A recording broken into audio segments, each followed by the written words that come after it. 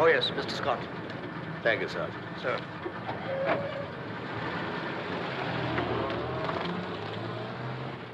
Mr. Scott, sir. Well, Mr. Scott, you must be anxious to get at it. I thought you'd take a day or two to get settled before showing up. Mrs. Scott seemed to have that department pretty well in hand, sir. I see. Nothing like somewhere to go while the curtains are being hung, eh? That's about it, sir. I know what you mean. Tell me, did you find a nice flat? Have they fixed you up with a good office here? Quite all right on both counts, sir. Good. Well, you want to take a good look round before you take over. Find out what's going on, then when you're ready, we'll have a talk. Pretty thing, isn't it? Yes, it's the new reindeer, isn't it, sir? Not hard to recognize by that tail. It's made of the same metal as the plane. A new alloy they've developed. Very nice. Major Pearl will show you everything you want to see. He knows more about the place than I do. You're in good hands with him. We sometimes call him the Pearl of Great Price. Good. I'm in your hands, Major. I thought we'd start in just after lunch. Well, you've an hour, a little more. You can make a start. Yes. Fine. I'll see you in the mess at 1 o'clock. Buy you a sherry. I'm so glad you're here, Mr. Scott. I've been looking forward to it. So have I, sir. That's the original building, the balloon shed. Began here with balloons in the 70s. It's a very long time. All the strength tests to check safety factor group here. A lot of work just to find out if the engineer mucked up his mathematics. Nothing much to see until something breaks. That always happens when you're somewhere else. Not much point in this. Flying boats are pretty well obsolete, of course. Part of Boffin's paradise, this is. Mind your step. You know, the scientist lads, basic research. The kind who eat their porridge with the slide rule. Built their own heaven here, lightning and all. Find out what happens when you get hit by it. Didn't put in any archangels, but it wouldn't surprise me if they'd tried.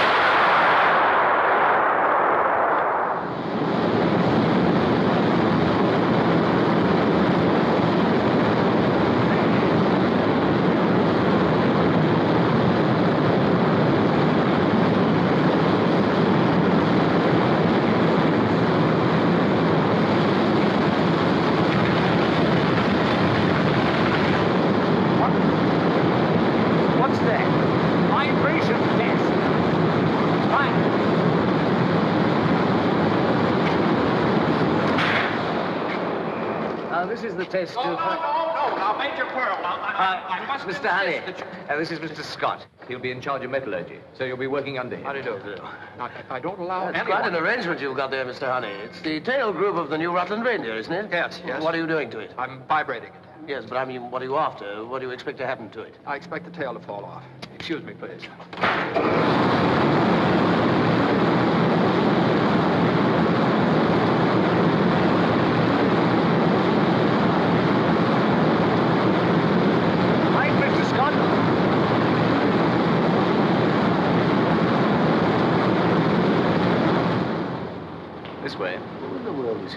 Well, that's Mr. Honey, Mr. Theodore Honey. He's a Yank.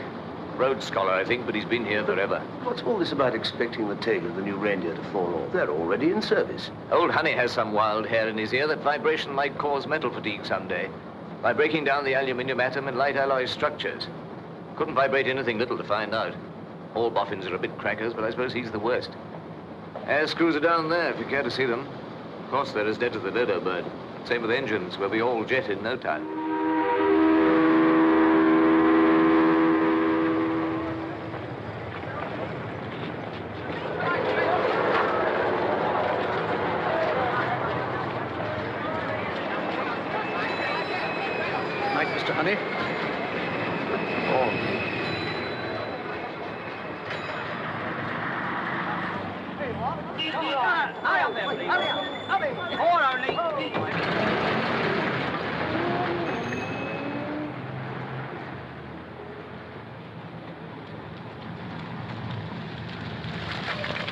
Mr. Honey, can I give you a lift? Why, I seem to be going your way. Oh, no. No, thank you. I wouldn't want to take you out of your way. Where do you live? It's Farnham. It's quite a way. I go right through there. I'll get a bus at the next stop. I wouldn't want to trouble you. There's no trouble at all. Come on, jump in.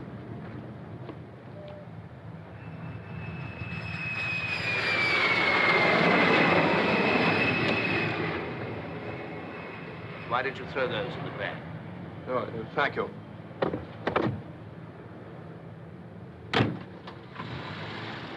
I was quite interested in that experiment of yours with the reindeer tail groove.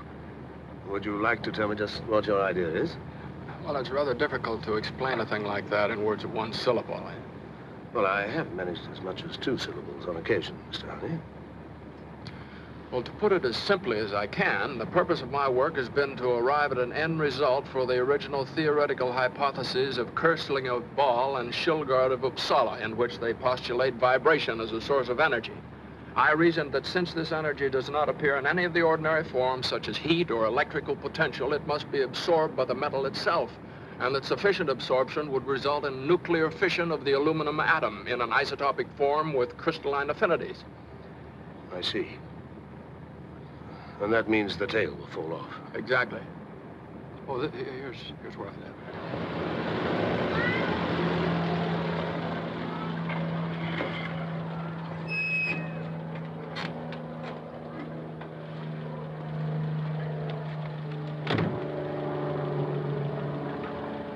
Thank you very much. Would you care to come in? Thank you. I'd like to. Oh, I'm afraid all I can offer you is some sherry. Well, that'd be very nice. Oh, probably not very good. I've had it quite a while. Well, perhaps it's time we tested it to see if it's suffering from fatigue. Oh, that wouldn't happen to sherry. Well...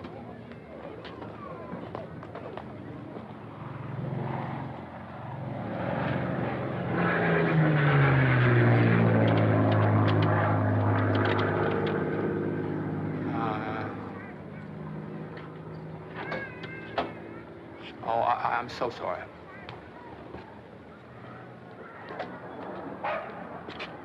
It's the one next door. It's very easy to do, you know. You're new to Farnham, Mr. Honey. We've lived here 11 years. I have it all planned what to have for dinner. Don't you bother with... Oh. Hello. You don't remember where we put that sherry, do you, dear? The top cupboard behind the dishes. You said it would be out of Mrs. Higgins' way. Really? I didn't notice that. Up on the top. Oh, okay.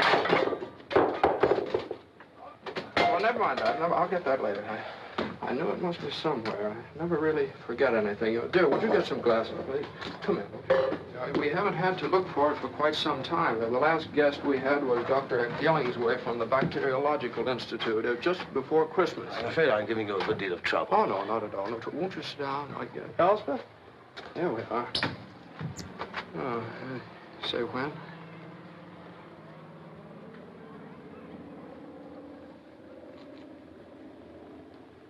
I guess Miss Higgins did find it.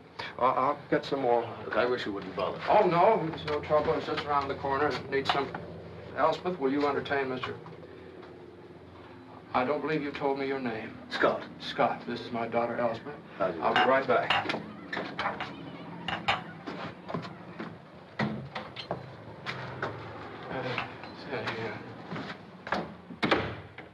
Won't you sit down, Mr. Scott? Now, just where would you suggest? Oh, I'm so sorry. It's my father's work. You have to be very careful. It might be something very important. There. Thank you. It seems as though your father does quite a good deal of work. Yes, it's very hard being a scientist. One has to think a great deal. The world would have made scarcely any progress at all if it hadn't been for scientists. I see. The scientists do the thinking for the world, and the rest of us just live in it. Is that it? Yes. When my father's thinking, I keep very quiet. And what about your mother? Does she help you keep quiet? My mother is dead, Mr. Scott. A V2 in the war. I'm very sorry indeed, Elspeth. You must miss her very much. Yes, I do. My father does more, I think. I try to do things for him the way she did, but I'm not very good at it yet. You see, I'm still a little young. I'd like to show you the house if you would like to see it. That would be very nice. This is the living room, of course. Would you like to see my room? Yes, I would, very much. This way, please. And this is where you sit quietly while he does his thinking? Yes. What do you do? Oh, sometimes I think. And then I'm training Theodore. That's Theodore. It's a kind of experiment to determine his capacity for the association of ideas. I tie his food on the string to see how long it will take him to learn to ring the bell when he's hungry. It's a very little bell, so it isn't noisy. It doesn't matter very much whether he learns it or not, because he's really quite a nice little fish. Yes. Well, what else do you like to do? Don't you ever play games? Oh, yes, we nearly always do after dinner. We have a schedule for it. Oh, yeah. What sort of games do you play? Oh, like about what things are pentamerous. Oh, how do you play that? You take turns in finding things that are 5 of everything, until one of you can't find any more. Then he loses. It's part of the science of numerics. What other games do you play? Oh, well, there's pyramidology. Pyramidology. Oh. That's the science of the Great Pyramid. My father made it up, too. The game, I mean. Here it is. Excuse me. It was built in the year 3234 BC, and it's very scientific. It was built in direct relationship to the stars, so it has an astronomical significance. It's the only known architectural example of squaring the circle. That is, the area of the base is exactly equal to that of a circle, with the height of the structure as its radius. It has the most wonderful maths in it. I'm sure it must be great fun. Oh, it is. I have not started. Elspeth, what have you done with Mr. Scott, dear? We're just coming, Father. We'd better go now. He may be looking for something like the corkscrew, and he really isn't very good at finding things. Oh, here, I'll get that out of your way. Oh, no. I'm afraid it becomes a little cluttered in here. Why didn't I see that? I think I'd better leave this. This is some correspondence I've been having with Tongay, a Tibetan, and the Abbé Belleville in Louvain. It's on the theory of numbers. In 1742, Goldsbach postulated that every positive even integer is a sum of 2 primes. It's been verified to 10,000, but never proved. We're trying to prove it. Yes, I'd want to know where to find that. By all means. Sounds interesting, but isn't it a little pointless? Oh, quite. That's the beauty of it. Here's something very interesting. This is Rutherford. Yes, I wanted to finish this. Yes, he identifies the 10 Loth tribes with the Scythians. Quite conclusively, too. It's very nice to read aloud to Elspeth. Oh, yes, I do. Yes. Light alloy structures and histories. You know where that goes, dear? And this one.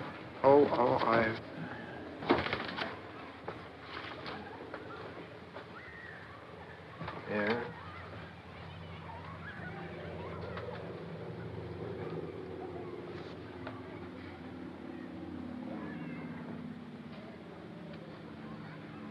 One of the more difficult of the sciences, I should imagine. What's it? Oh, yes. You know, I didn't find that very satisfactory. They seem to have such different problems with their children than I've ever had with Elspeth. You haven't found parental very difficult, then?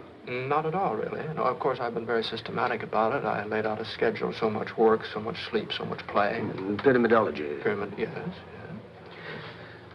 What's been your experience of holidays? I mean, do you send her away where she can be with other children? Do you have any children, Mr. Scott? No, but I hope to, but I'd value your opinion. Well, I used to send her away with other children, but I don't do that anymore. She never seemed to like it very much anyway. I think perhaps that was because the other children's minds weren't well enough organized to interest her. She's really much happier here. She's quite good at being by herself. Her mind is really developing quite remarkably, Mr. Scott. I think she'll be a very fine woman. Yes, I'm sure she will be. Well, I'd better be getting along. Oh? Looking at your office in a few days' time, I'd like to hear some more about that experiment of yours, the one about the tail falling off. What did you want to know about? Oh, just a little more detail, when you expect failure to occur. Well, I probably have that right here. I think it's here someplace. There it is. It's 2.76 times K over L. That's the time factor. It's in BTI units, of course. Let's see. It's 1,440. 1,440 what? Hours. But you don't mean you expect the reindeer tail to fall off in 1,400 hours? No, 1,440. But, Mr. Honey, A lot of aircraft have flown many millions of miles without the tails coming off any of them because of vibration. Well, Mr. Scott, you asked me for the evaluation in time of my U subscript M symbol. Now, the mathematical answer is 1440 hours to failure for the specific tailplane under test on which my calculations were based. Now, how long has your test been running? 832 hours, 14 minutes, and 7 seconds as of shutdown tonight. They don't allow me to run it more than 8 hours a day. You see, the people in the neighborhood complain about the racket at night. Yes, but you know, of course, that an aircraft in commercial service is likely to pile up flying hours faster than your experiment. Yes, that's probably quite true. Well, then why didn't you insist on a 24-hour basis? I did insist on it originally, but they decided to do it for 8 hours. Yes, but you hadn't given them your 1,440-hour figure. Well, I never include detail on my preliminary report. See, science is in no hurry, Mr. Scott. I'm working on a principle, which, if I'm correct, it will be true for all time. And whether I reach it a day or so later or earlier is not important. But it might be important for the 50 or so people who take off in these reindeers every day. Well, Mr. Scott, you don't understand. I'm a scientist. And science is very exacting. It requires the utmost concentration. I can't be concerned about people. If a doctor is trying to find out a cure for a disease, what would happen if he let himself be upset about everybody that got sick and died? He'd never get any work done at all. People must be someone else's concern. I can't let it be mine, Mr. Scott. Now, you can find my preliminary report in the files, and I don't wish to add anything more to it at the present time. And if you'll excuse me, I think I'd better be getting home.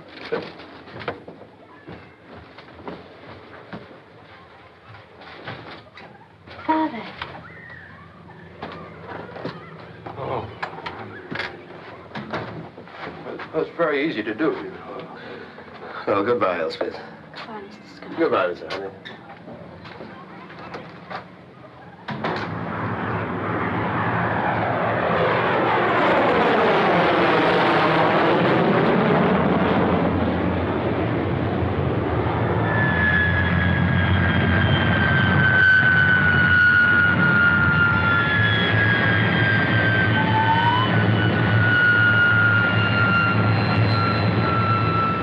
Excuse me, please, gentlemen. Rub her down, Ned. Don't give her any water till she stops sweating. Scotty! No! What are you doing here? Ah, Phil, hello. I've been watching that plane. I guessed it was you. How are you? But what are you doing here? Have you come here for a No, job? I got one. You have? Yeah, right Well, that here. calls for a drink. Well, it's a little early, isn't it? Rosie, customers. What are you going to fly, Scotty? No more flying. Matrimony set in. Grounded, eh? Well, how did it happen? Or perhaps you'd sooner not talk about it. You wait till you see her. Really? I'm glad to see you can take it so well. Rosie. Scotty, meet Rosie. She's a spy. You wait till you see her bedroom. It's absolutely papered in blueprints, isn't it, Rosie? Oh, Mr. Penworthy. Mr. Penworthy. 2 large scotches, please. Yes, sir. What is your job, Scotty? Head of metallurgy. Don't tell me you're polishing your pants. Don't tell me you're one of those crawling little desk blows. Always was, Ben. Went back to it when I got out, that's all. Rosie, this is vodka. Oh, Mr. Penworthy. Well, off we go. Off we go. Don't you like desk blokes, Bill? Listen, Scotty. Pilots and desks, dogs and cats, natural enemies. They've got one theme song. You can laugh. Pilot's error. Whenever anything goes wrong with their calculations and there's a smash-up, pilot's error. Rosie, do you remember Harry Ward? Yes, I do. Well, look what they did to him. He was piloting that reindeer when it flew into the hill at Labrador a couple of months ago. All in little pieces. Nothing to go on. Pilot dead, so pilot's error. You don't think it was pilot's error? With Harry Ward, Scotty, you can't be serious. They said he was dropping off altitude in an overcast. He wouldn't do a crazy thing like that if he tried.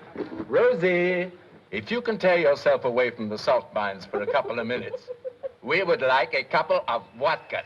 Oh, Mr. Penworthy. 7 to 10 degrees angle of descent. Motors full on when he hit the hill. Obviously was in control. Dropping off altitude in the overcast. Pilot's error. He didn't reckon on that hill.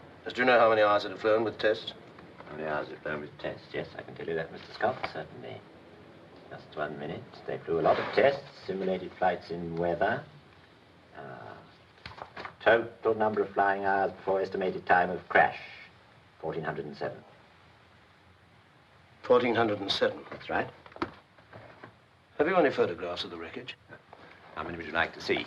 We cover everything here, Mr. Scott. We leave nothing out, I assure you. Reindeer crash, Photographs of wreckage. Any particular part of the wreck? Yes, the tailplane. I want to see a photograph of the tailplane. Yes, I remember now. They didn't find the tailplane. Nothing unusual in that, I assure you. The plane turned over as it hit the hill, caught fire, wreckage spread all over the place. Thick undergrowth, you can't see 10 feet. The investigation... Yes, thanks very much. I'm much obliged. All right. We send someone to Labrador. Comb through that godforsaken country for a section of the tail spar and take a fine hiding from the taxpayers when we find there's nothing to it. All the ruddy decisions to make and never one you can be sure about. One thing you do know. A boffin has to be a bit balmy to be a boffin. The line between genius and being just plain crackers is so thin, you never know which side you're on. Nor when they've crossed it either. Tchaikovsky, I'm told, one day began to eat raw goldfish. And Moliere discovered suddenly that he was better off standing on his head. Oh, we've had it here, too. A fine time all the papers had once when one of our boffins started pinching girls in the park. And now our Mr. Honey informs us that reindeers will fall apart after 1,400 hours and holds the time figure out on us. If I did things like that, they'd lock me up. How long before this infernal machine of his is due to prove something one way or the other? Weeks yet, sir. Get it on a 24-hour basis today. And better get someone to handle the complaints when they start coming in, too. Very good, sir. How many hours have the other reindeers in flight done? Oh, not nearly as many, sir. The one in Labrador was the prototype. He did all the tests. That's why it's got so many hours. The others were delivered in a group to the airline just before they went into service. They can't have done more than 500.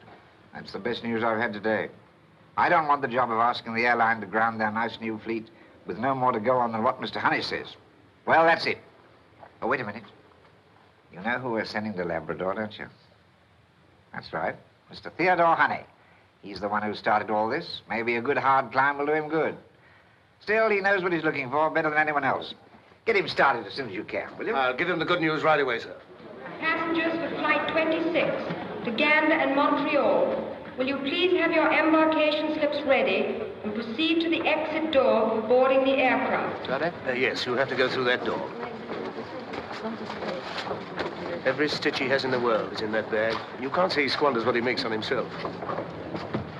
Well, have a good trip, Mr. Honey. Don't worry, we'll look after Elspeth. Oh, well, that's very kind of you. They'll look after you, dear. Yes, I know. Have you got your sandwich? Oh, Yes, I have. Tomato, cheese, and there was some nice fish.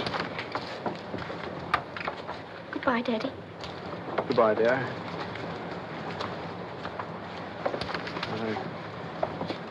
Good, I didn't bring a handkerchief. I'm sorry. We were in such a hurry packing.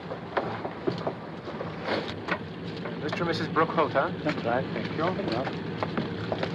Your name, please, sir? Honey, Theodore Honey. And your embarkation slip, please.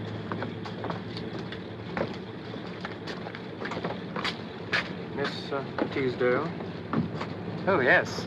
Miss Teasdale. Thank you, sir. Oh.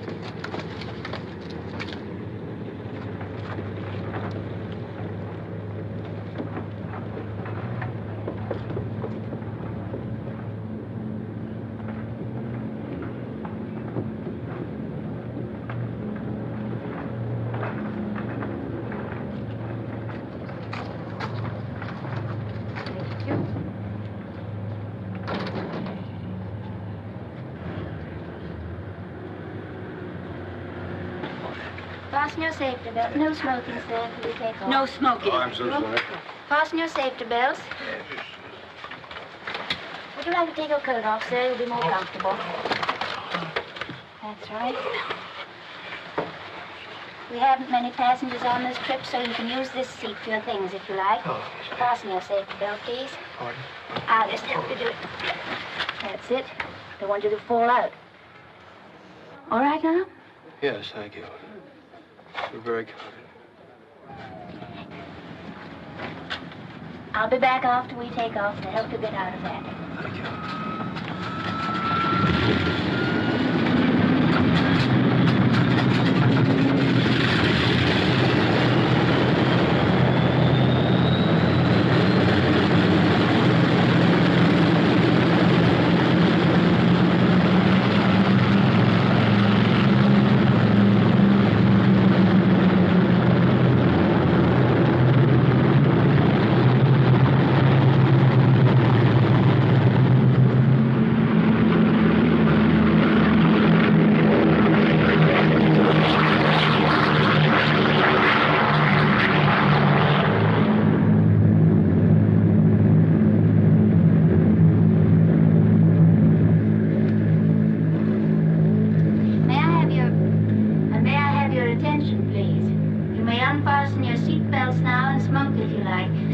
My name is Marjorie Corder. This is Peggy Miller, and we're here to do anything we can to make your trip pleasant and comfortable. We'll be glad to give you refreshments and drinks quite free of charge, and although we both might regret it personally, no tipping is permitted. Thank you, and we're glad to have you aboard. You are Miss Teasdale? Thank you. Anything we can do for you? No, thank you very much. Don't you want to get rid of that now? Might as well make yourself comfortable. Here's the button to adjust your seat. Here's the switch for your reading light when you want it. We'll serve dinner soon, but maybe you'd like some sandwiches and a little coffee? Well, We have milk, too, if you'd rather. I think a little coffee would be nice. I brought some sandwiches. My daughter made them. Oh. Her name's Elspeth. Well, they're probably much better than ours, then. You sure you didn't bring your own coffee? No. I'll get you some. Miss, weren't you... Isn't that Monica Teasdale, that one you were just talking to? Yes, it is. She's crossed with us often. A great many of the film stars do. Oh? Are you a fan of hers? Oh, I didn't mean that. I never go to films, really. Not since I haven't gone in years. Would you like me to take over your autograph book? Oh, no. I don't even have one. I wouldn't want to trouble her. All right. I'll be back with your coffee.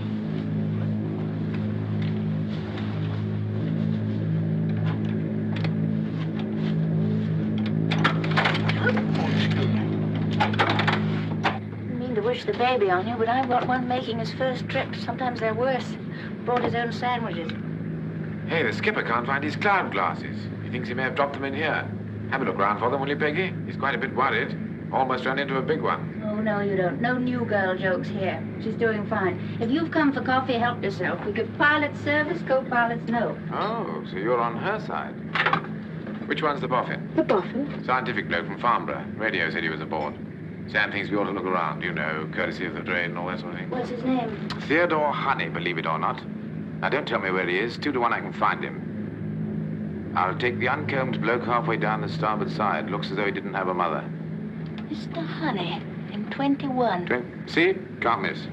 From Farnborough. I've been a bright lassie. I've been talking to him as though he'd never seen a plane before.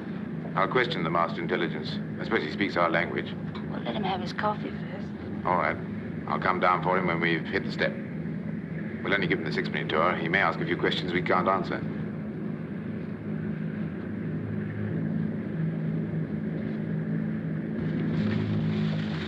You are, Mr. Honey? No idea you were an expert on aviation. I deserve a prize for talking to you as though you'd never flown before. Oh, well, I never have flown before. What I know about airplanes is more when they're in pieces. Well, you seem to be quite famous. Captain Samuelson sent down word he'd like to show you over the plane, flight deck and all. They don't do that for everyone. Well, you're all being very nice, but I think you'd be interested. These new reindeers are beautifully equipped, radar and everything. Is this a reindeer we're in? That's right. A nice new shiny one. Well, I think I'd like to see it very much. Well, the co-pilot will be down for you, but don't hurry. Enjoy Elspeth sandwiches.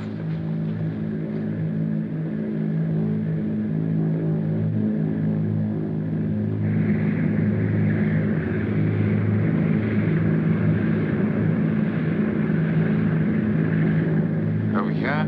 Pressure analyzer for the cabin. Now, will you come this way, Mr. Honey? Thank you, Captain. You're welcome. Will you step down, please? Now, the engine instruments here. Hank can tell if a cylinder misfires just once, and which one it is. I think he could take a reading on whether his girlfriend's out with someone else or not. Now, mind ahead, sir. Find it, Meg? Yep. Fuses keep blowing on the undercarriage safety circuit. Here we have the radar screen, sir. Radio altimeter, radio compass, DF loop. Excuse me. DRC repeater, which is duplicated on the pilot's panel just in case. Oh, yes. Well, I don't suppose many things go wrong these days. Almost never. Won't even use reconditioned engines on this line. We get new ones every 600 hours. They're pretty things. They're really obsolete, though. They're good enough for me. Not a cylinder's missed to take yet. This is the 3rd set. Have me out of a job if they don't kick up a little something soon. Oh, well, I wouldn't think that would happen. Did you say the 3rd set? That's right. But I thought the reindeers were new on this run. They are on this run. But this was one of the first 2 built, and the builders wanted some experience with the ship before turning the fleet over to this line. So we were loaned out for a while on the South American run. Well, for how long? Quite a while. Well, could you tell me exactly how many hours this airplane has flown? Certainly. It's right here. 1422 up to takeoff. Anything else, sir? No, We have dual ADF indicators at situation.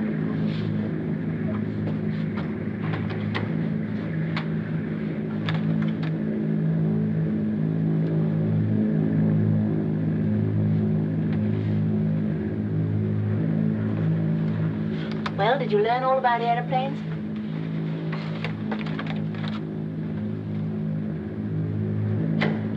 Mr. Dodson, I must speak to the captain at once. Captain Sanderson's very busy, Mr. Honey. If there's something I can do, Mr. Dodson, please tell the captain I have every reason to believe this airplane's in very serious danger, and I insist on speaking to him, please. I'll see what I can do.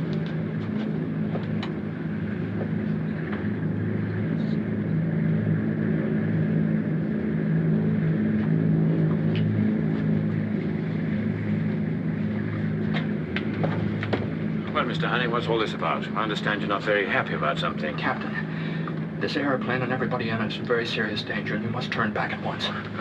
What sort of danger? Captain, I've been working on a theory on nuclear fission. I used the tailplane of a reindeer as a basis. According to my calculations, it'll fail in 1,440 hours. Now, I see, but now this is a theory. Now, I assure you I've done a great deal of work on this, Captain. This airplane has flown 1,422 hours as of takeoff. The tailplane can fail at any moment. Mr. Honey, I don't believe you realize the very strict procedures under which an airline operates. Have you ever heard of an airworthiness certificate? But this is something entirely new, Captain. Nobody knows anything about Why this. don't they know? It seemed very strange if Farnborough wouldn't let us in on a problem like that. Mr. Honey, have they definitely accepted your theory? Well, there is no proof. No, not the way you mean it. That's the reason I'm on my way to Labrador right now to investigate that Labrador? crash. That airplane crashed at 1,407 hours. Within hours of my calculations. Less time than this airplane has flown. But you know the tail group failed? The tail group wasn't found with the wreckage. Every minute that But the we truth of the spend matter is that apart from the coincidence of the crash, all of this is just your opinion. Now look, Mr. Honey, would you feel happier if we went down together and had a look at the tail spar? It won't do any good. It'll happen very suddenly. One moment the tailplane spar will be perfectly normal, and the next moment the whole character of the metal will change. And the tail will break off, Captain, or quite suddenly, and you'll go into a dive from which you can't recover. Your only chance, Captain, is to turn back immediately. You can cut your inboard engines to break up the vibration frequency, land at the first available airport. And if you don't do it, Captain, this airplane's going to crash into the sea, and we're all going to be killed.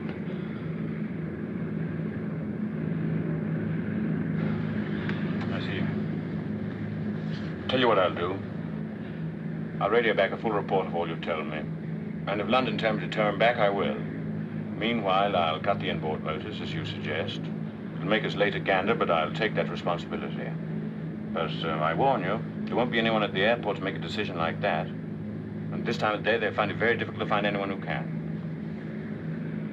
Very well, Captain. Let's wish ourselves luck.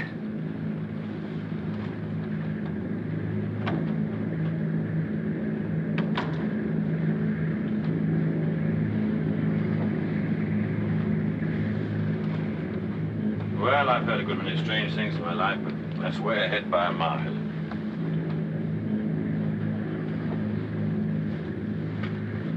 Oh, you better put it on the horn for London, Peter. I wouldn't miss unloading a report like that on the boys for half my pension. Right. Well, we give them something to think about anyway. Here it goes. London radio from Flight 26. London radio from Flight 26. Okay, sir. Yeah. London radio from Flight 26. Over.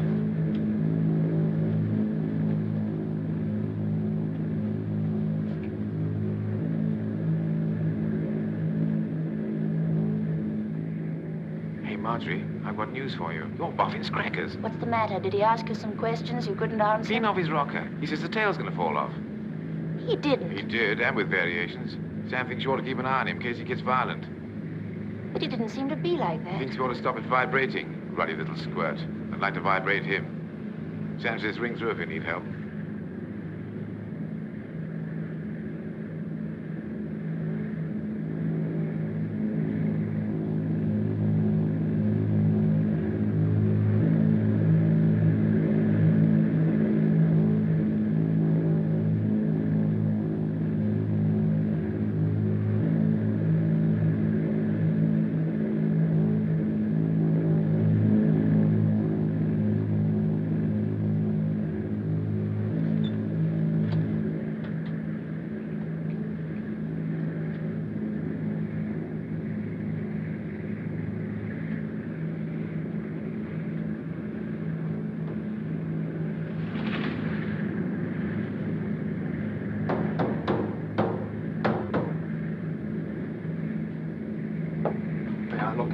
just a moment. Well, go ahead.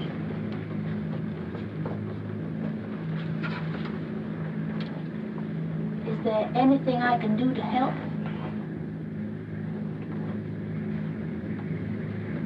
Thank you very much.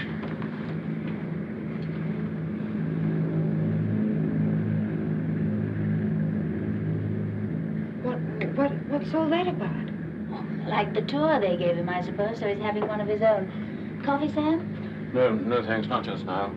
I want to get some cigarettes from my bag.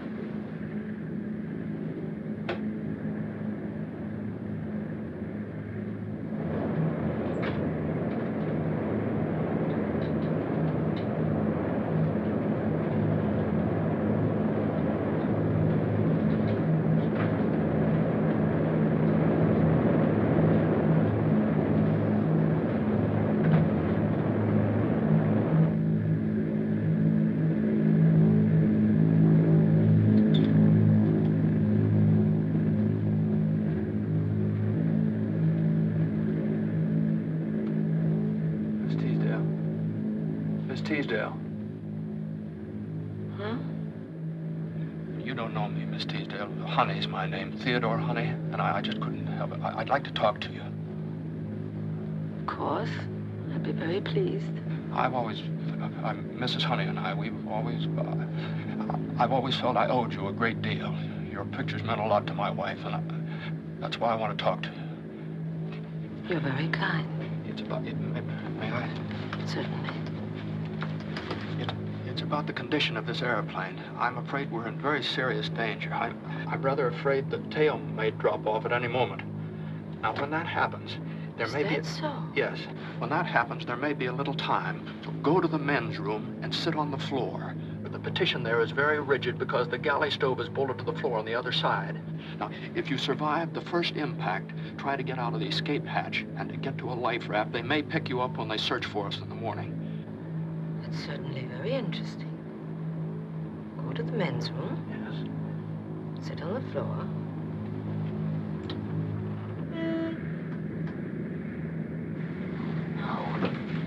According to these calculations, I'm afraid Miss Teasdale's very tired. We really ought to let her rest for a while, don't you think so? Yes, I'm a little tired, but thank you very much, Mr. Honey. Please, Mr. Honey. I'm sorry, I was only trying to help. I'm sure you will. Some other time, perhaps.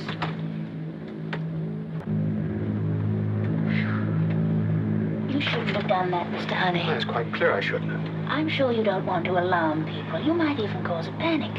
You won't do it again, will you? No, I won't do it again. I know you're very worried. Isn't there anything I can do? You know all about this, don't you? Yes. The pilot had to tell me. You've been very kind to me. I'm sorry I made trouble. Oh, no, Mr. Honey. You really didn't make any trouble. It's only that... I think I'd like to tell you what I was trying to tell Miss Teasdale. Well, do, if it'll make you feel any better. Well, I think I know more about this than either you or the captain. I think I know what's going to happen. And if it does happen at this altitude, there'll be a little less than 3 minutes before we hit the water. Now, there's one place in this airplane where a person would have a chance to survive that impact. Come with me. Now, at the first sign of trouble, go in here and sit on the floor with your back against the partition here. See this partition? Here, I'll show you. This partition is very rigid because the stove here is bolted to the floor. I tried to tell Miss Teasdale that because I felt that I owed her something. But now, I want you to know, I won't talk to anybody else. It's good of you to have told me all this, Mr. Honey. No one's worried about me like that for quite a while. Yes, but you will remember what I told you when it happens. I'll certainly remember. I can't promise to do it. I'm one of the crew, and there are quite a few things to do if anything happened like that. But thank you just the same. Do it if you can, though. I think we're going to be all right, Mr. Honey. But in any event, there's nothing we can do about it. It's kind of you to worry about me, but please don't. Why don't you try and get some rest instead? Yes, I'll try.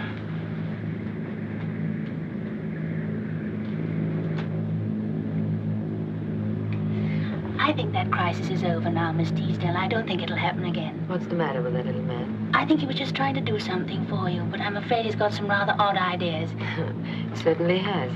He told me to sit on the floor in the men's room. That isn't an odd idea. I'd like to meet one. I think he was trying to tell you the best place to be if there was an accident. That's what I ought to do. I think he's right about it being the safest place. But if he's right about that, he may be right about the tail falling off. Who is he? Just one of the passengers, some kind of scientist, I think. And you know, they don't often track. Oh. The altitude, Miss Teasdale, sometimes causes a highly nervous state in certain passengers. I'm sure that it had that effect on Mr. Honey for a while, but he's quiet now. That's more than I am. There's about to be another passenger on this plane in a highly nervous state. I assure you, Miss Teasdale, there's nothing to be alarmed about. Captain Samuelson's had a long... Now, listen, dear. The scientist says this plane is going to crash. The captain says it isn't. Your vote doesn't count because you had to string along with the captain. It means it's a tie.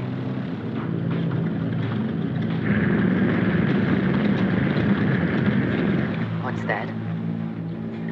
He seems to be saving fuel. I wouldn't do that without a reason. I thought you said he didn't believe it. Well, all I meant, Miss Teasdale... Now, just a minute. If I'm going to meet my maker, I would like to know about it. Now, I'll tell you what you can do. You can go and get a cup of coffee and bring it to me over there. No, Miss Teasdale, I've just got him quiet, please. Right now, I don't want him quiet. There are lots of things I want him to talk about. I wouldn't do it. Now, just go and get the coffee. Mr. Honey, I was only half awake, and I only half heard what you were trying to tell me. May I sit down for a minute? Yes, certainly. Thank you. Would you like a cigarette? No, thank you. Now she tells me you're a scientist. Be careful, lozenge. Lozenge? No, thank you. Right. Will do. Listening up. Airport say they can't make any decision about turning back, and they've never heard of any trouble with the tail. But they'll try and contact someone at a higher level at the airline or the ministry, but it may take some time. Till then, they want you to use your own judgment. They also want us to keep an eye out for a small boat. Some crackpot trying to sail the Atlantic single-handed. Fine. He may be in trouble. Mm-hmm. Well, if we see him, we'll stop and ask him what we ought to do about it.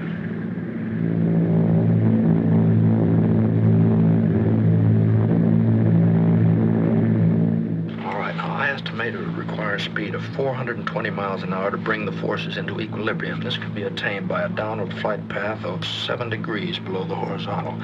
That angle would keep us from plunging straight in, although at that speed the impact would be rather severe, you see. I see. I don't see it all, of course. But I do understand that when you think something out, you don't stop halfway, do you? But the pilot, he should understand you. Why doesn't he turn back? Well, it was rather difficult for the pilot. You see, I imagine that all this may sound a little improbable if you haven't studied it. Would it help if I would go and talk to him? No, I don't think so. And I think we're quite near to the point of no return, anyway. The point of no return? That's where it's as short to go on as it is to turn back. I thought you meant something else. Miss Teasdale, would you like your coffee in your own seat? No, put it over here. Oh, as a matter of fact, let's go back there, where we won't wake anybody, no matter how much we talk, and where I can say my prayers if I feel like it. Will that be all right? Yes, Miss Teasdale. Good, then we can all stop worrying who's going to sit where. Come on, Mr. Honey.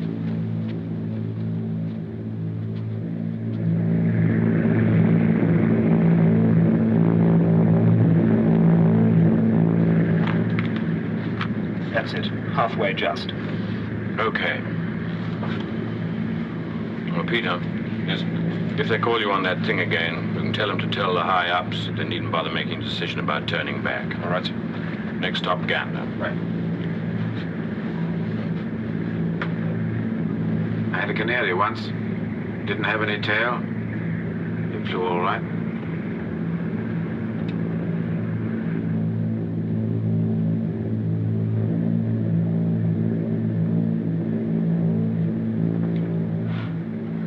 Funny. I would have thought I'd feel quite differently being right up against it like this. My mind is going twice as fast as though it were trying to catch up with all the thinking it didn't get around to. All those people there makes you wonder which one you would pick out to save if you were God, and which one wouldn't matter much. What are you thinking? Oh, I don't know. I never thought much about things like that. No. You didn't have much time. You were so busy with your multiplication table. But you had a chance to play God for a little while. Why did you pick me out when you decided to save someone? Oh, but you ought to live. I mean, the work you do, you should keep on doing it. Oh, the work. No, I don't think I'll buy that. A few cans of celluloid in a junk heap someday. Has been fun, but that's about all. No, the work you do. If you could have finished that, all these people and lots more wouldn't be in the spot they're in right now. That's the kind of work that should be finished. No. I think I picked you. Well, that's very nice of you to say that, Miss Teasdale. But I think it'll be all right about the work. The work will get done. I think it'll be all right about me. Haven't you any family? Yes, I have Elspeth. That's my little girl. Oh, you have a little girl? Yeah. But that's worth a lot to come back to. Oh, yes. Well, I didn't mean that I wouldn't like to. But we're really very fond of one another. I've been thinking about that. And she's 12 now. Her character's formed, I think. Mary did that mostly. That's my wife. I wish it didn't have to be like that, but she's developed to such a point, I think she's going to be all right. Of course, I've been able to help in a lot of things. She's much more soundly developed than most children her age. Really has a remarkable grasp of crystallography. Well, that's very good, of course. What is it? Well, it's quite fundamental. It's always been odd to me that the schools don't teach it. No, I've really had to help her in almost everything she knows worth knowing. Has she got a compact? What? A compact. Oh, a compact? Oh, I don't know. Why? Never mind. That isn't it? No. Some more minutes.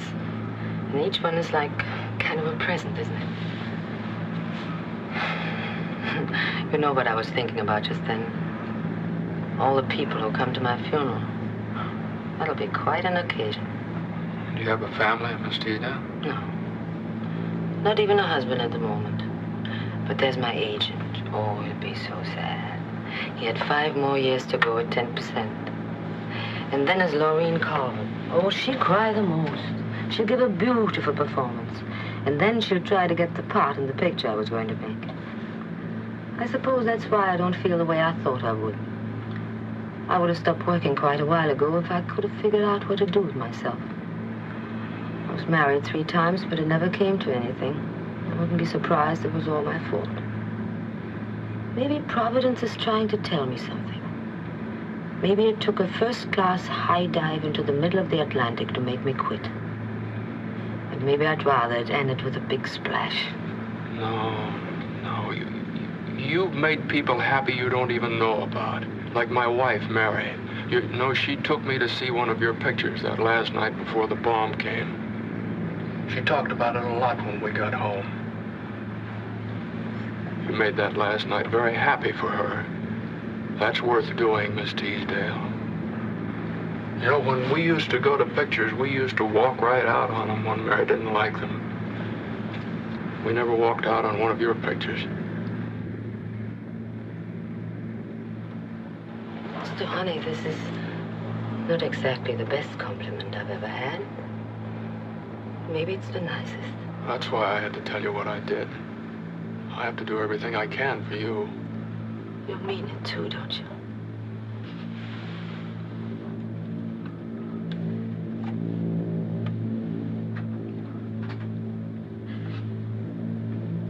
You scientists are always so busy figuring out new things. Why don't you figure out a mascara that won't run? Well, I'm afraid that's a little out of my field. All right. I'll be as good as new in a minute. Thanks for holding my hand.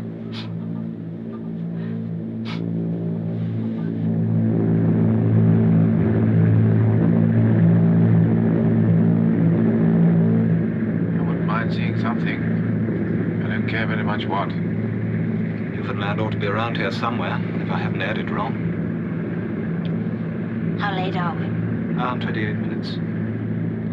About time I got them on their feet, isn't it? Leave them alone. The Stuffscott Gander airfield closed in. You may have to sit up here till it breaks. Oh, fine. Want some coffee? No.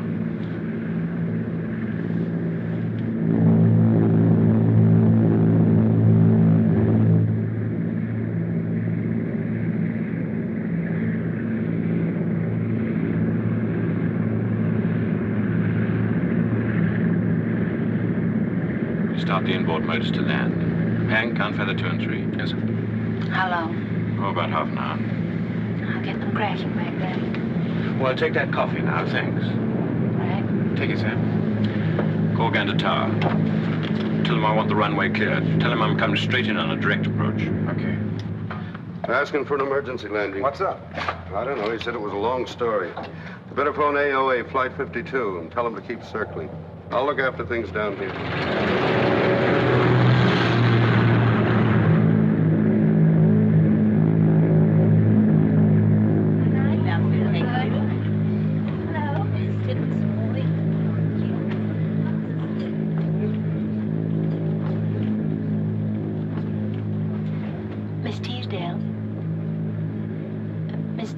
We land in 20 minutes. Would you like some coffee? 20 minutes? We're that close? We're still all in one piece. Yes, it's a lovely clear night. So it is. The stars are out. Go back to my seat. Would you like some coffee, Mr. Honey? No, thank you. You did have rather a lot, didn't you? I'm sorry you had to be so worried, but I think we're quite all right now. We're all very lucky. You'll go back to your seat and fasten your safety belt for the landing, won't you?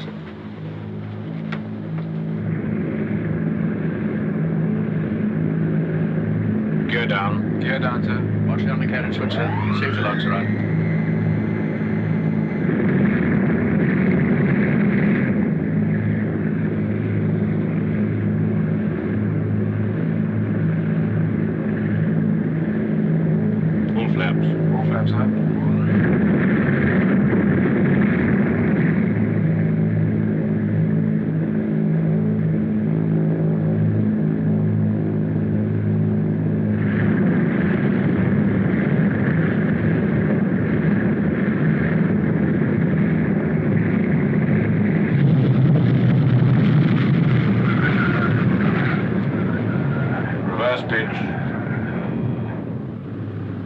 To me, I don't know what he was in such a hurry about.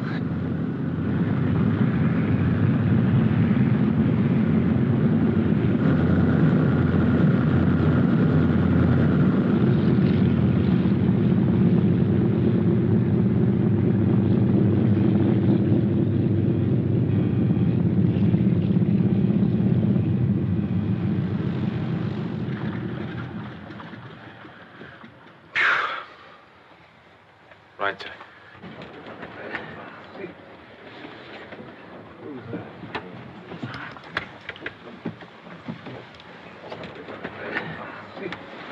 Quite a night, Mr. Honey. I guess you must have multiplied someplace. Or you should have divided. Smith? Miss Teasdale? How long do we stay here? About an hour, I think, sir. Thank you. Yes, you can, aren't they? Sure.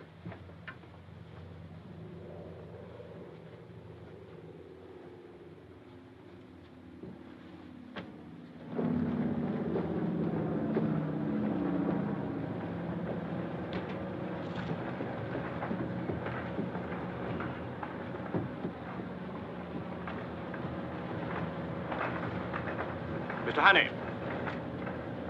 Will you come with me, please? Will you come too, Miss Corder?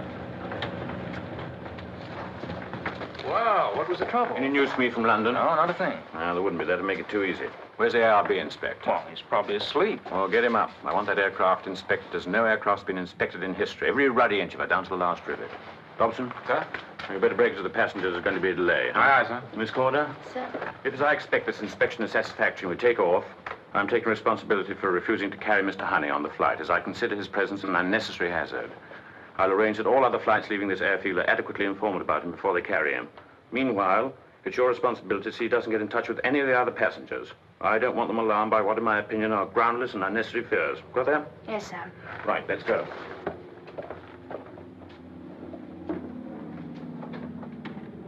I feel rather like a policewoman.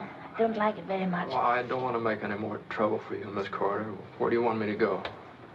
I know an office. Come on, let's try and make it the nicest arrest that's ever happened.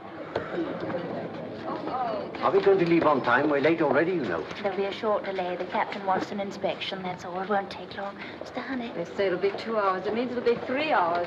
Just once again. I'd like to tell somebody what this is going to cost me. Some coffee, please. The one I liked best was the one where you killed your husband. I thought that was smashing. Oh, yes, I like that, too.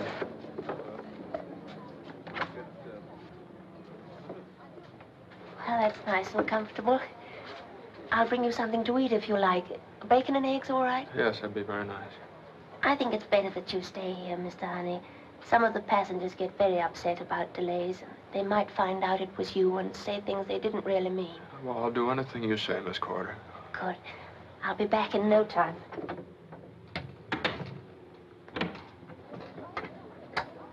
Sorry.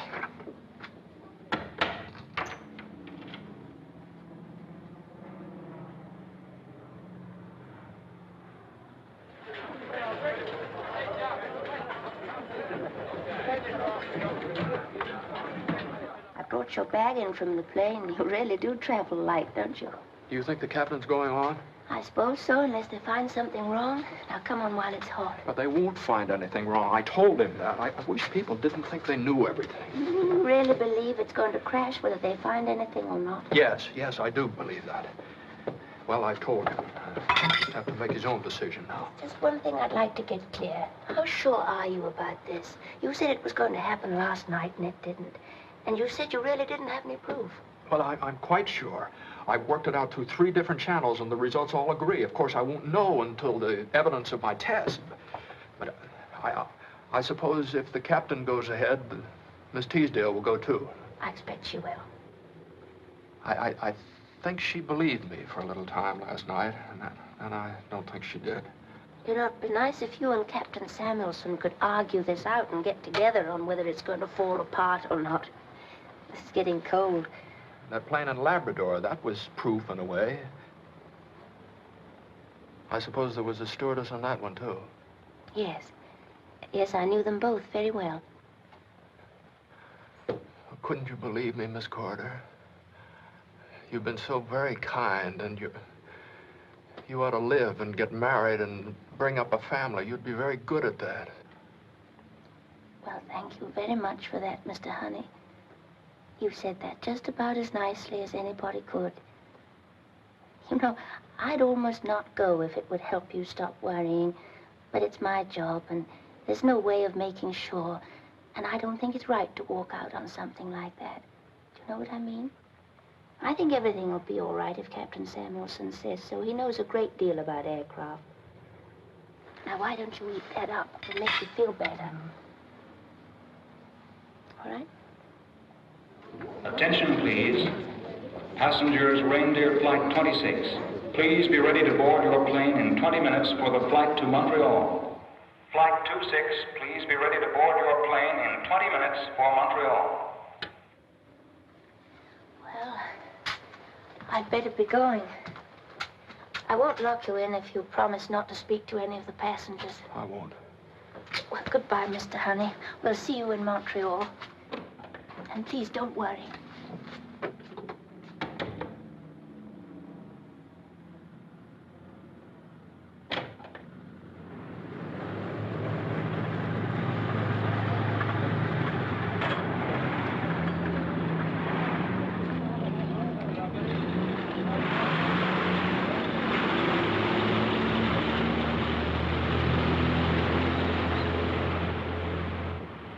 No danger, of course, once we're in the air. Well, that's okay. If you keep a man standing by the lever here on both taking off and landing, so nobody catches the coat or anything. Right, I'll see to that. What are you doing here? Captain, I just have to... Well, now that you're here, I want you to listen. I've told the inspector here all that you told me. Now, if you've anything to add, I want to hear it now. And I want him to hear it. No, sir, I don't have anything to add. As London apparently doesn't take her opinion sufficiently seriously to order this aircraft grounded, I'm flying around to Montreal. And I want you to get off and stay off. Well, Captain, you mustn't take off in this airplane. You can't do it. Believe me, mathematics is a very exact science. You've explained that already, Mr. Hunt. Captain, it'll be just like the one in Labrador. The stewardess, all these people. Now, for the last time, Captain, Mr. Amateur. Leave that alone, you fool! Cut that plow!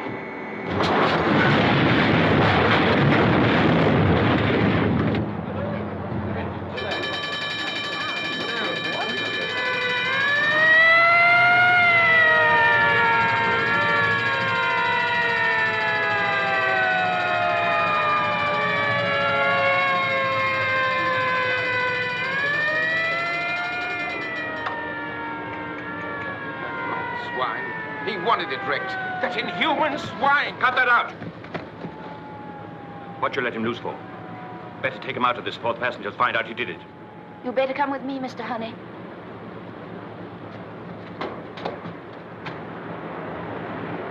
It just folded up. It just folded right up and sat down.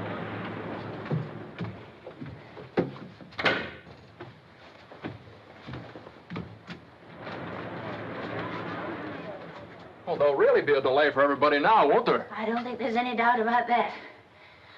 Tell me, why? He did do it, didn't he? Yes, I'm afraid he did. If you believe in something, you believe in doing something about it, don't you? Well, they wouldn't listen to me, and the lever was right there, so I just pulled it. That's sticking your neck out pretty far, isn't it, if you just thought it was going to crack? I tried to get them to ground the airplane. They wouldn't listen to me, and the lever was right there, so I just You just pulled it.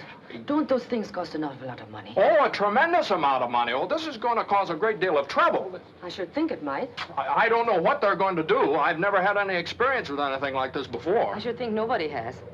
I think this is a kind of a world record. You didn't do that one for yourself either, did you? You could have been sitting right here on the ground when we took off. Looks to me like this was the men's room deal multiplied by quite a lot. Look, you keep him here. Some of the passengers won't be too pleased about all this. I'd like to find out what the payoff's going to be. Come to think of it, I think I ought to. Oh, it's very nice of you not to be angry about the delay. Oh, it's worth it. You don't meet a world record every day.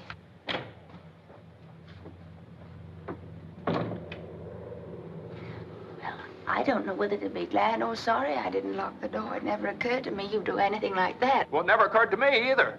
I suppose the airline will be very angry. That, I'm afraid, is probably quite an understatement. I can't imagine what the establishment will think. I suppose I'd better let them know what I've done.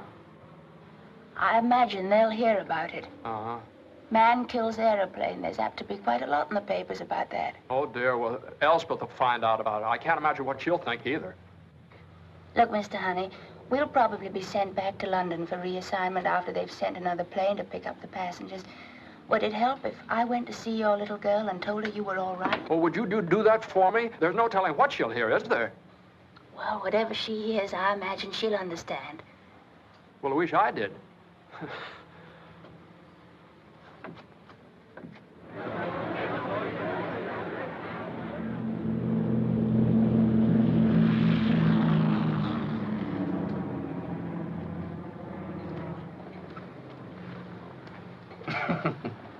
I would suggest that it is the solemn duty for anyone who can find anything remotely humorous in all this to share it with those of us who are less fortunate. Why, I couldn't help it, sir.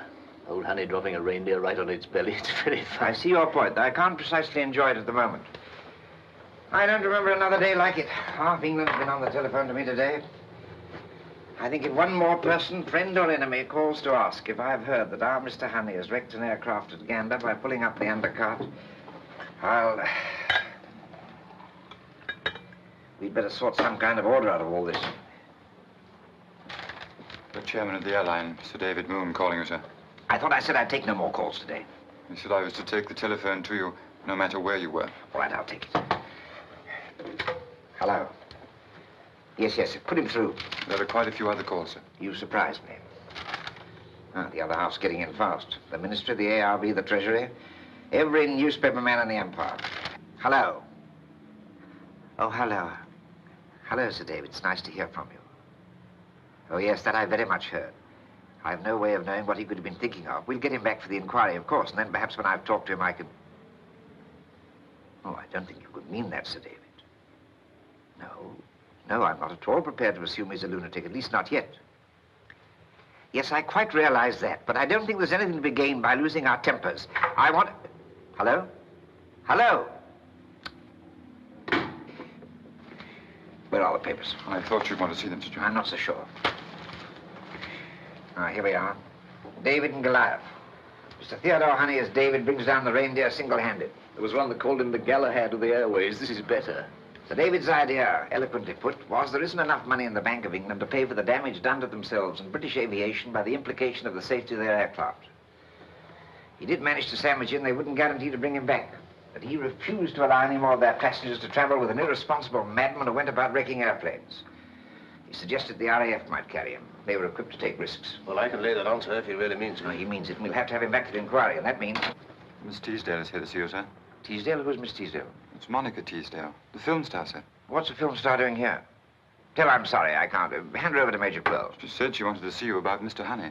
She crossed on the plane with him last night. But how can she be here? Ask her to wait 2 minutes, I'll see her. Well, gentlemen, there's one thing we can settle. You must send someone else off to Labrador. We mustn't show up at that inquiry without supporting evidence of some kind. But for heaven's sake, send someone this time who can keep his mind on what he's trying to do. No more boffins. It is my opinion, Sir John, that even this trouble should not lead us to saying that all scientists are foolish men and not to be trusted. From what department did the gentleman come who took a bath in the public fountain and subsequently conceived the brilliant idea of pinching girls in the park? I ask you to remember, Sir John, that the last time we decided not ever to mention this incident again. Right. I think that's all for today, gentlemen, except for finding out what film stars have to do with all this. Johnson? Yes, sir. Ask Miss Teasdale to come in. Very good, sir. Mr. Scott, I'd like you to stay. Good day, gentlemen. Sir John, I assure you. Good night. Good night.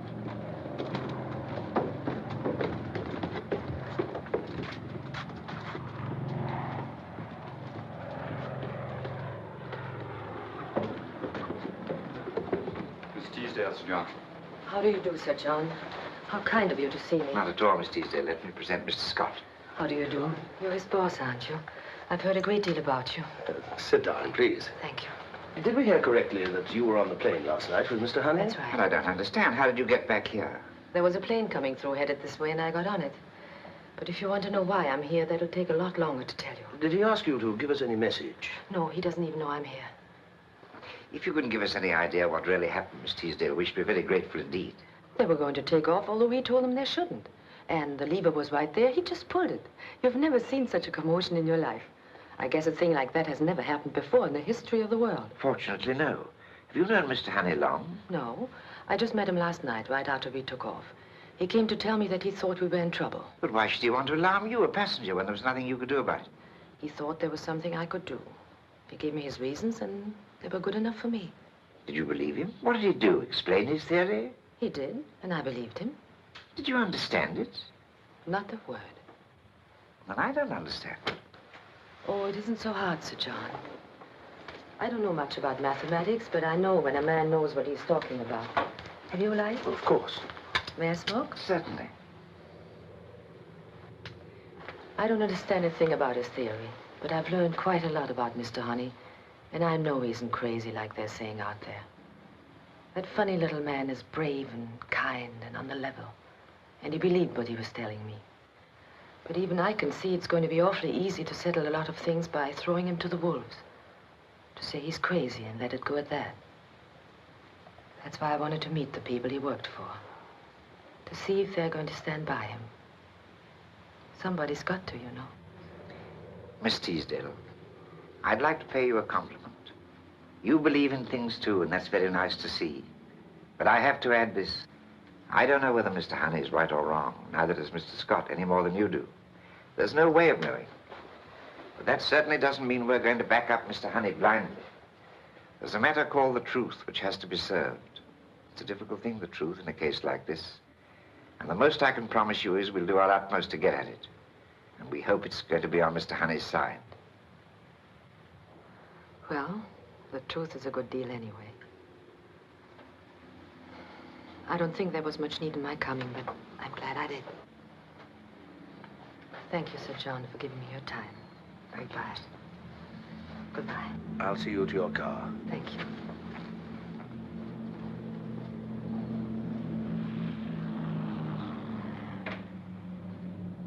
He means the trouble is going to be pretty bad.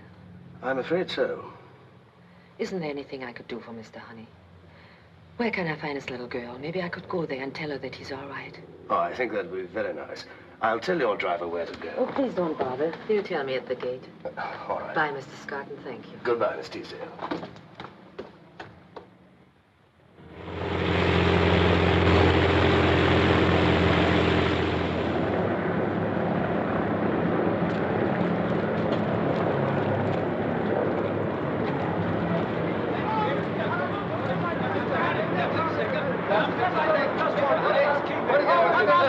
Honey, let's get some news. We're going to hold Mr. Honey out in a minute. Mr. Honey, come on, let's go find something.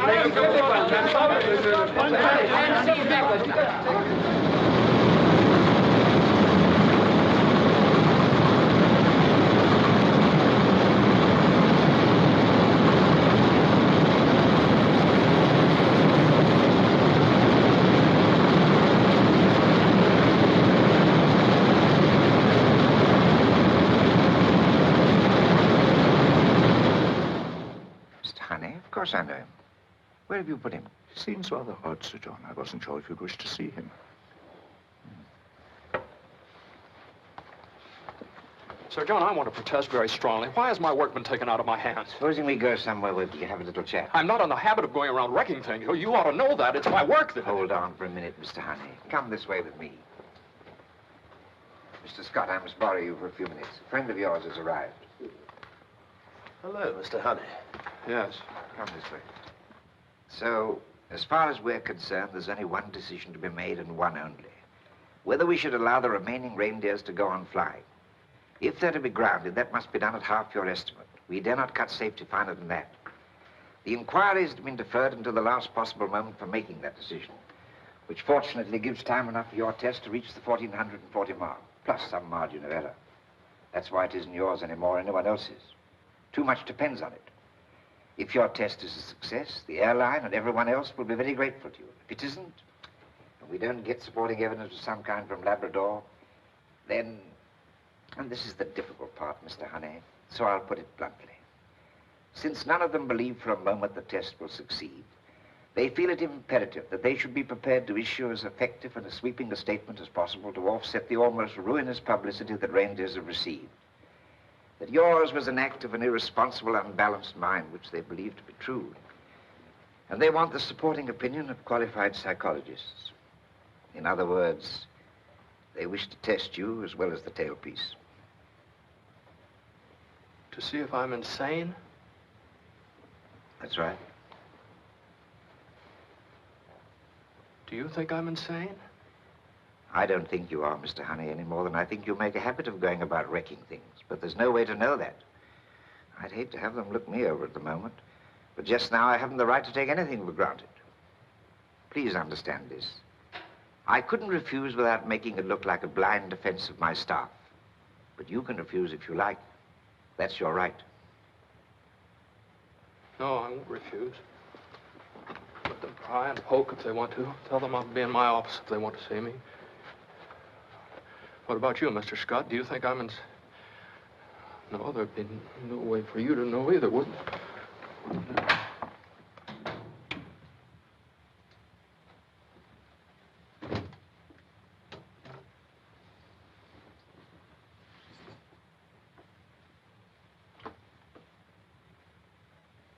Who is it? Who's that? Oh, Mr. Honey. Well, I beg your Mr. pardon. Honey, it's me, Marjorie Corder. We didn't expect you back tonight. I stayed with Elspeth. Somebody had to. Well, that's very You must be tired. Have you had anything to eat? I don't... You probably didn't. I'll get you something. We had lobster for supper. Do you like cold lobster? But I can manage. It keeps me in practice. Now, why don't you go upstairs and take a look at Elspeth?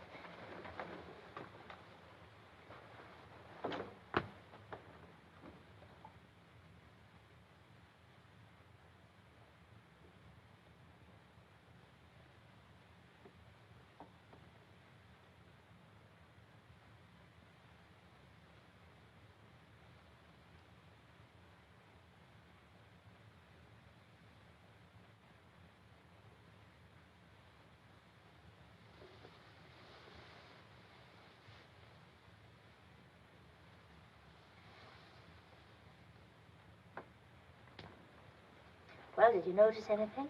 Well, she was asleep. Anything different, I meant, about the house? Well, you haven't got your clothes on. No, in the room. The curtains. Curtains? What? Well, where did this come from? Oh, that was a present from Miss Teasdale. Miss Teasdale? What, is she here, too? No, she went to London for the night. She got some lovely things for Elspeth's room, too. Now, why don't you eat your supper? Well, what did she want to do a thing like that for? I think you'd be surprised. I imagine you were glad to see Farnborough again. Did you stop by the laboratory? Yes, I looked in. Well, you don't seem exactly happy about that. Was there something wrong there? No. Yes, there was something wrong. I can't expect to get any work done with people standing around peering at me. I'm now known as the Galahad of the airways. You know, I heard someone saying, imagine old Honey collecting a poppy like Monica Teasdale. Well, I expect they were just trying to be friendly. I thought you were rather a Galahad when you told Miss Teasdale and me what to do in case there was an accident. It's not such a bad thing to be. Yes, shall I do that for you? No, I can manage here. You know, it's my fault anyway. If you do anything wrong, you have no one to blame but yourself.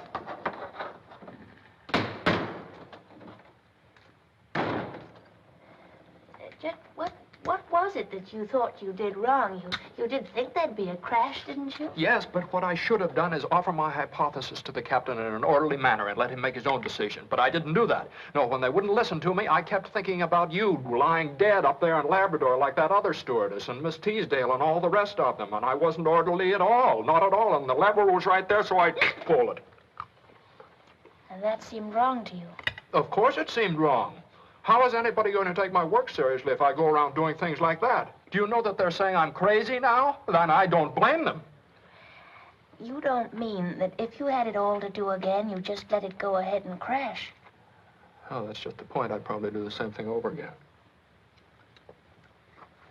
I'm evidently quite a weak character, Miss Corder. The mistake I made was ever leaving Farnborough. If I just hadn't left there, and if this all dies down, I swear to you, I'm never going to leave my laboratory again. I think I'm a little sorry about that. I know you have to be a scientist. I know you have important work to do, but you're a person too, Mr. Honey. Well, it's evidently quite difficult to be a person, Miss Corder. Yes, I suppose it is, but... Oh, well, never mind. I expect you know what you're doing. I must clear this up. You better get some rest. You'll need it. Good night, Miss Corder. Good night, Mr. Honey. Well, I better get my things out of your way. Things? What? My clothes and things. I'll move into Elspeth's room. Well, what, you mean you've been staying in my... Oh. Well, what's the matter? Well, I was just thinking of you, Miss Corder. Don't you think people will talk? Oh, I see. Well, I'm a nurse, you know. You have to be a stewardess. Would it make it any better if I got hold of my nurse's uniform and put it on for the neighbors to see? Well, I suppose that would be... Well, that's what I'll do then. I'd like to come back just to see how things turn out. Good night, Mr. Honey. Yes.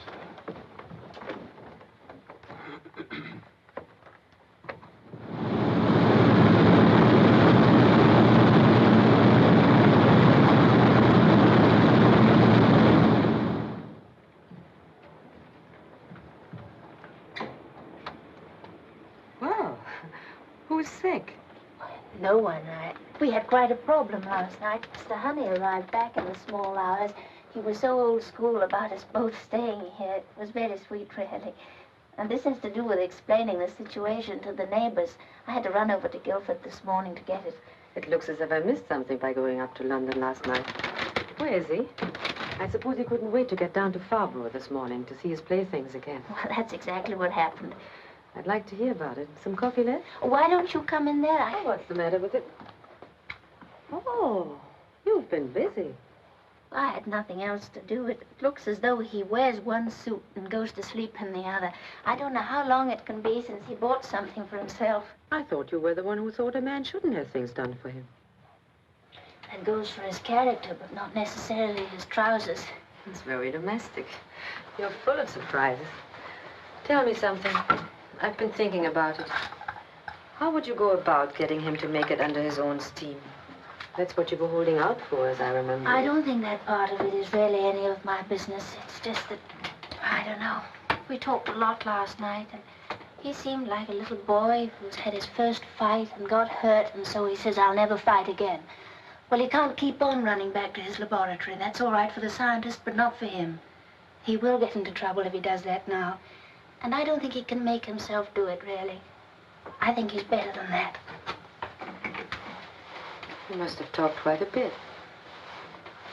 Funny that a kid like you would bother to see so much in anybody like him. It's not so funny, really. You get around being a stewardess. That doesn't cover it. You've been married or a lot in love sometime or other, haven't you? I don't think that has anything to do with it. What was it? You've heard it before.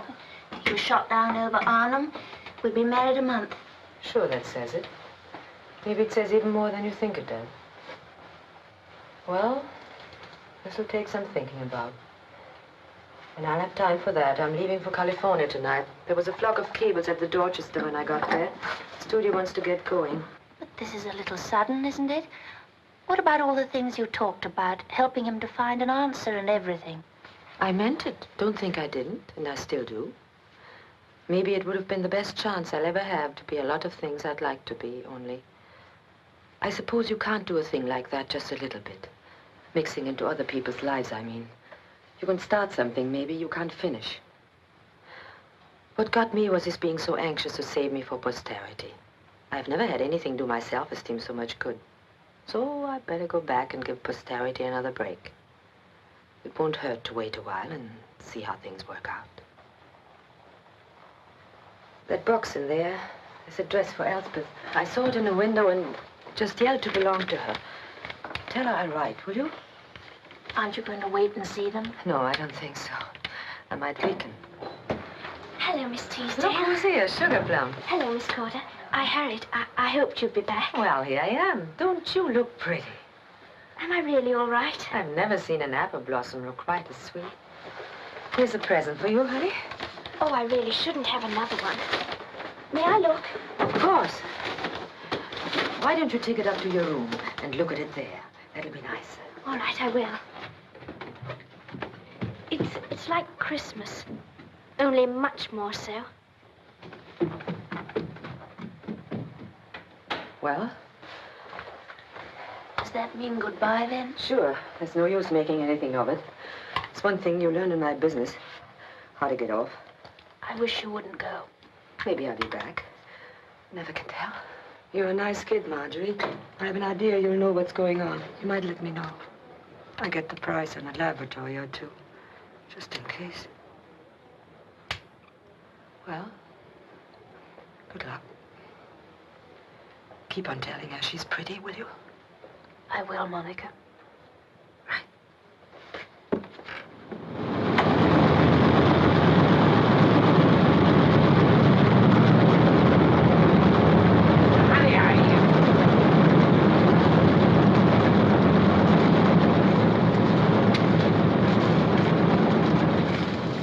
Discouragingly healthy to me. What's your 0 hour exactly? 2 o'clock this afternoon.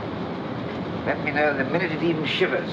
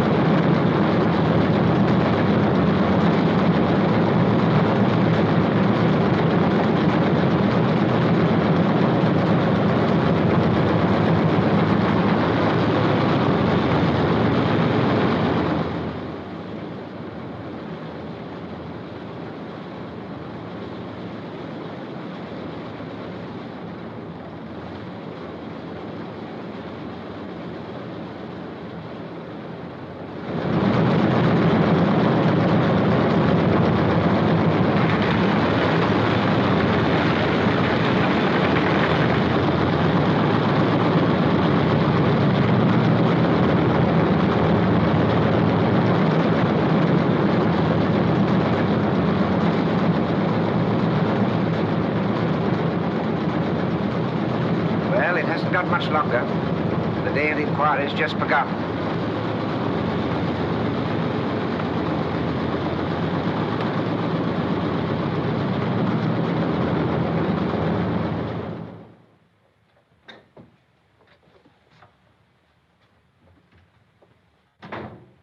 Oh, I'm afraid I'd forgotten you were here. I'm sorry. I should have let you know. Well, I let Elspeth stay down for a while. What happened? Nothing. Nothing happened at all. My figures clearly said the tail should fall off, and the tail didn't fall off. It's 7% above my figure. I didn't fall off. Oh, I'm sorry. Well, what happens now? Well, I've been thinking about that on the way home. I'll go to the inquiry, and I'll stand up, and I'll explain my figures to a group of very angry men, and then they'll reject the whole thing. And I'll sit down. I'll sit down and listen to them say that I'm insane because of what I did in Gander. And perhaps I am. I'm not sure, you know. But qualified psychiatrists will testify to that. I talked to 3 of them this afternoon. No, that was yesterday, wasn't it? But they showed me a page of ink blots and asked me if it reminded me of elephants or tigers. Well, it didn't remind me of elephants or tigers. It was just ink blots. But I think that the truth is only that I've made a mistake somewhere in my work. I don't know where it is. But I have to have time to find out where the mistake is. But there won't be any time. And my work will be thrown out in anger, and a principle that might have had 1 grain of truth in it will be lost. But I'll sit there. I'll sit there and I won't say a word. And then what? Well, there's other work to be done, and I'll get back to doing it somewhere. With everything just as it was? Yes. I'm rather glad it's over. But you can't do that. You can't just sit there and say nothing. If you believe something is right, you have to do it if you want to live with yourself. If you don't, you'll have to pay for it sooner or later, and so will Elspeth. What about Elspeth? Everything is just to be as it was for her, too. Yes, she was very glad to have it that way. She was very happy. Oh, it's as simple as that. I see.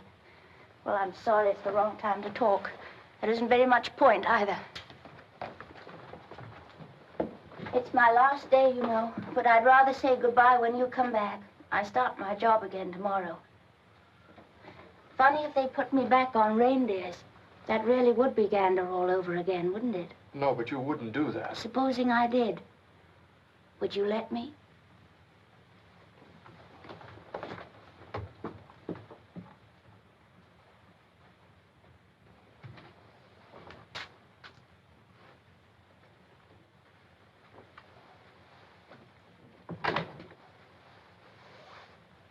Hello. It's time to get ready for school, isn't it? Yes. Did the tail fall off, Father? No, dear, it didn't. You mustn't worry about it. It will someday. Oh, I don't know, dear. I suppose it will. Is anything the matter?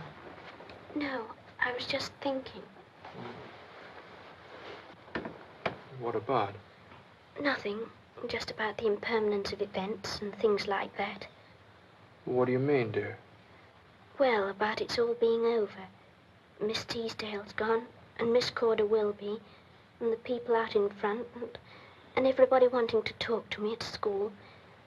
That sort of thing isn't very permanent, is it? It's like Christmas.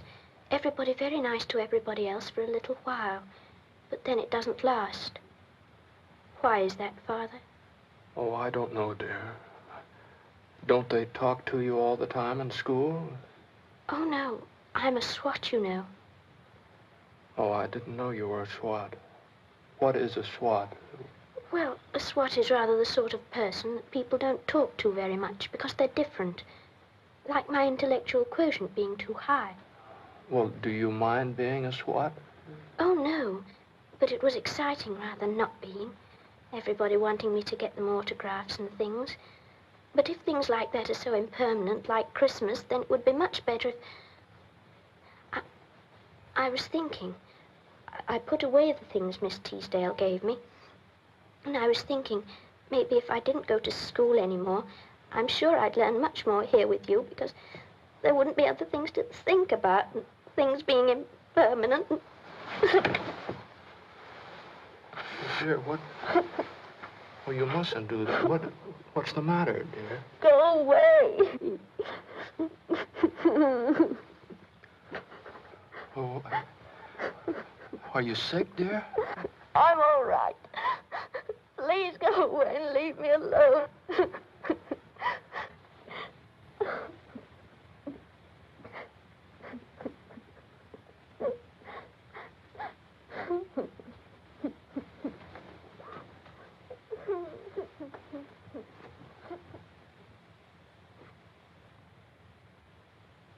I insist that to ground the Reindeer fleet, even for 24 hours, would be a tacit admission of the charge that we have been flying unsafe aircraft. And I refuse to deal such a death blow to British transatlantic aviation on what is now the unsupported opinion of Mr. Theodore Honey. I'd suggest that the kindest thing that can be said of Mr. Honey is that his is an unstable mind, with an obsession that can carry him to great extremes, as we have well seen in Gander. I submit it is not only fair, but imperative that an immediate finding to that effect be issued by this board. Well, gentlemen, my view is that Mr. Chairman, I would like to try... Now, wait a minute. Mr. Chairman, I'm going to say something. Now, it isn't hard to see what you're going to decide, and you can't do that. Now, you're talking about me because of what I did in Gander, and this isn't personal. I didn't invent the mathematics that made me believe what I did, and I still believe that there's truth in my work, test or no test. And when you believe in something, that's what you've got to do, isn't it? If you want to live with yourself.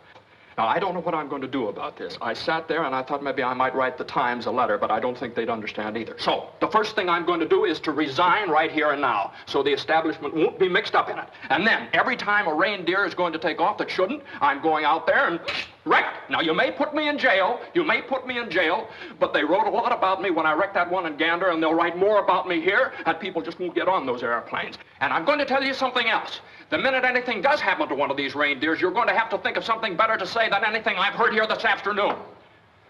That's all. Good day. That's all.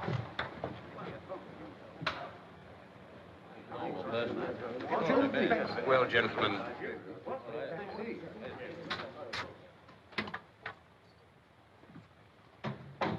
Good afternoon. You know, there was some sherry around here someplace. I rather thought I'd have some. It's over by that bookcase over there. Oh. Is it over? Yes? Yes, it's over. I didn't stay for the end. I made a speech and then I left. What about? Oh, a whole lot of things. Pretty good speech, too. So you couldn't just sit there then? Oh. Any glasses? Oh, here's some. No. I resigned. You didn't. Yeah, I couldn't just sit there, could I? Well, what are you going to do to live on? There's Elspeth. Have you got any money at all, Mr. Honey? Well, I don't know how much. Where's your book? Book? Well, it's right there.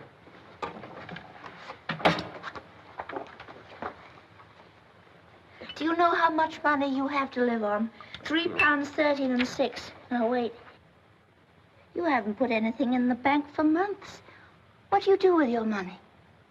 I think there's some over here. In one of these. There.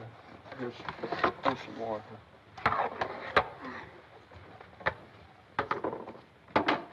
March, January, 2, 3. 7 months? You haven't put anything into the bank for 7 months? You have lots of money. I shouldn't have worried, should I? You don't need anyone. No, Yes, you do. what's the matter? You're not going to cry, I can't go away and leave you. I go back to work. It isn't safe. You've got to have somebody looking after you. I'm going to marry you and live here, whether you have a job or not. What? You're...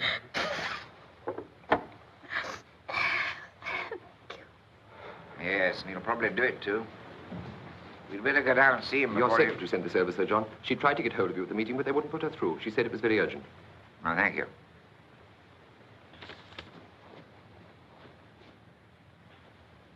Where is Sir David Moon? I hope he hasn't left. I can't wait for this. It's from Nixon in Labrador. He says they found the tail spar, and it's a fatigue fracture if ever he saw one. Sir John, I've had the most incredible piece of information. You haven't heard mine. They've just made the first test flight on our plane at Gander after it was repaired. It made a perfect landing on the airport, and the tail collapsed while it was taxiing to the hangar. I could hardly believe it. And I was... to help you.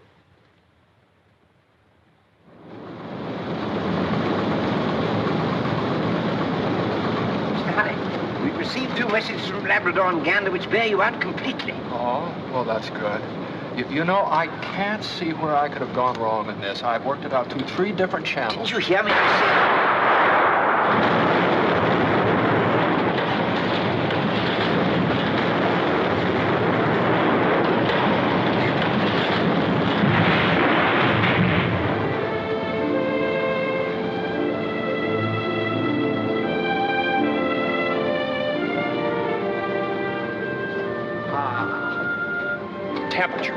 Temperature, that's it. That's a variable factor, isn't it? That plane in Gander had been flying in the tropics. This test is in a heated shed. It would have collapsed on schedule if I'd lowered the temperature 40 degrees.